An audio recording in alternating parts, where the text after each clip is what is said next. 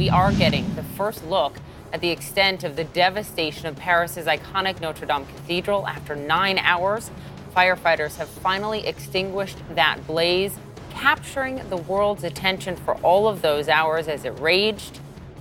Look at Notre Dame this morning. Look at these before and after images from inside the blackened cathedral. You can see the crucifix still standing and illuminated. Look at that, illuminated amid the destruction. French President Emmanuel Macron is pledging to rebuild the iconic cathedral that has stood at the heart of Paris and in many ways as the soul of the City of Light for more than 850 years. Millions have already been pledged to restore Notre Dame to its full glory. Officials believe the fire started in the wooden beams that make up the church's roof.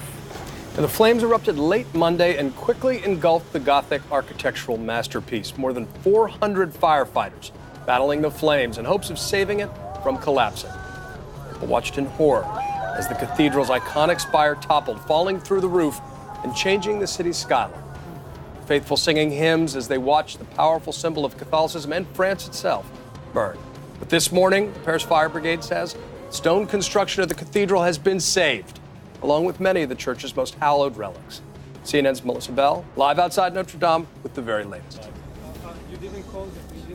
John, the slight drizzle here in Paris this morning has done nothing to detract the vast crowds who've come out to see for themselves how bad the damage was to this architectural marvel. As you say, the soul very much of Paris, many of them trying to get as close as they can, all of them really quietly mourning as they look on. And that message from the French president, we will rebuild, is very much the one we're getting from authorities here this morning. The idea that Paris will come together to bring back, to rebuild as much as it can what was an architectural marvel when its building began in the 12th century and that had, until last night, stood the test of time. Daybreak in Paris, bringing the first images of the badly damaged Notre Dame Cathedral after a fire ripped through the beloved Catholic landmark, stunning the city and the world. CNN obtaining this exclusive look inside the burnt-out cathedral. A fire hose running, embers still falling from the ceiling, rubble scattered across the floor, and an apparent hole in the roof. In one picture, candles still burning from where visitors left them before the fire began. This haunting image showing smoke surrounding the altar and its cross illuminated and seemingly intact. Rows of wooden pews and much of the nave appears to have survived. The image, a stark contrast to the architectural masterpiece that stood just hours before. Flames first seen leaping from the cathedral's wooden roof just before 7 p.m. local time. Police say the fire began in the attic and spread across the cathedral's wooden roof, known as the Forest because of how many trees it took to build it. The cathedral's rector tells CNN that the entire roof structure is destroyed. The inferno filling the city sky with smoke and ash that rained down on thousands of onlookers who'd gathered on the street, stunned as the blaze gained strength. We turned around and looked back and gasped and saw this fire, and we watched as the rest of Paris watched in silent shock as these flames just grew and spread across the roof. Sirens echoing through the silence as the fire engulfed the cathedral's iconic spire. The 300-foot tall structure eventually collapsing. We heard the tower fall, and it was the worst sound, and people screamed. Nearly 400 firefighters battling the blaze, working to save what was left of the iconic structure and the treasured artifacts inside.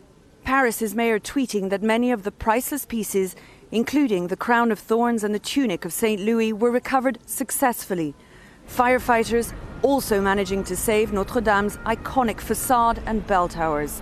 French President Emmanuel Macron emotional as he visited the historic cathedral. So I say this very solemnly to you tonight. We will rebuild this cathedral together, and it is undoubtedly part of the French destiny and a project for the years to come. With night falling, the crowd turning their heartache into hymns. Some onlookers mourning, others on their knees praying, honoring the cathedral, a part of the city's core for close to 9 centuries.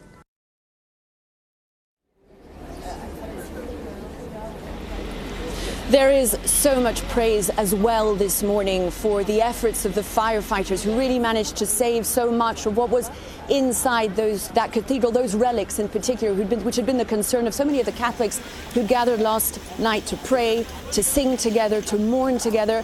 They're now being kept, we understand, in Paris Town Hall and will be transferred to the Louvre for safekeeping tomorrow until the cathedral can be rebuilt. Poppy.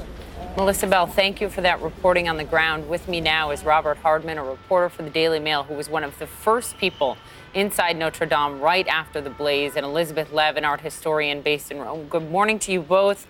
I would be remiss not to note, of course, this comes a day after Palm Sunday. This comes during Holy Week, ahead of Easter. It is a tragedy for the world, for Paris, of course. Robert, let's just begin with you and the remarkable access that you got, going inside, the smell that you describe as just palpable, and that vision, what you saw when you say the crucifix shone from what remained of the altar, a symbol of defiance in the gloom. Yes, hello, Poppy. It was an extraordinary moment when it was a little after 1 o'clock in the morning. The fire was under control, although large parts of the roof were still ablaze. I happened to be nearby. There was a small official delegation going in there with the French Prime Minister, and I walked in behind them, and there we were underneath those iconic, the Twin Towers, as they call them here. They were still standing. We were underneath them, and we went just inside the nave and standing in an inch of water pouring in through the ceiling, bits of woodwork crashing down above. But, as you say, there at the far end in the distance, this extraordinary image of a crucifix. Let's take a moment just to show our viewers around the world waking up to this morning, Robert. Describe to us as we look at this beautiful, haunting image, really, of the crucifix lit up because of the fire.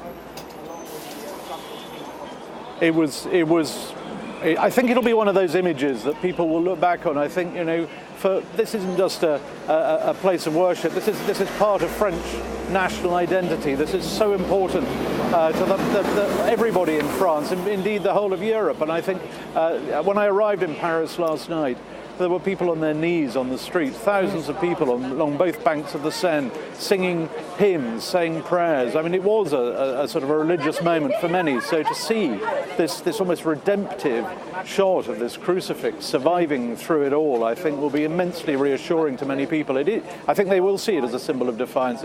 Those of a religious disposition may detect divine intervention. Those who are atheists may just say it was a lucky escape. Wow. Either way, people will say, what an amazing moment. And thankfully we are where we are this morning. It's still standing. Redemptive, I think that is a beautiful and very, and a perfect word for it this morning. Elizabeth, Victor Hugo, of course, famously called Notre Dame a vast symphony in stone. And not only is it the art and the history that it housed, the Crown of Thorns, for example, but the structure itself, a work of art. I mean, the structure itself is really one of these. The beauty of it, it begins as this amazing structure, started in the 1160s, which is a big, solid structure. The first period was actually Romanesque, a very solid, sturdy type of building. But towards the end of the building, in the 13th century, they flowered into this Gothic church that we've been talking about. And it's an amazing thing that this nave, built in the Romanesque era, still standing, still sturdy, and that beautiful flowering of the stained glass windows and the high arches of the Gothic is damaged, but we know with those strong roots and sturdy foundations, that church can grow again, it can reflower. A church that survived, literally, Elizabeth, the plague, the desires of Hitler and the Nazi regime to do away with it, that has withstood more than 8 centuries. And you think about Joan of Arc, right? And you think about kings of the past who have so much history there. What strikes you the most this morning as you recall all of history that has taken place inside Notre Dame? Oh, firstly, I think about the history. We talk about Henry IV's wedding and how he converted to Catholicism on those steps. We talk about Joan of Arc's retrial and how she was vindicated, Napoleon's coronation.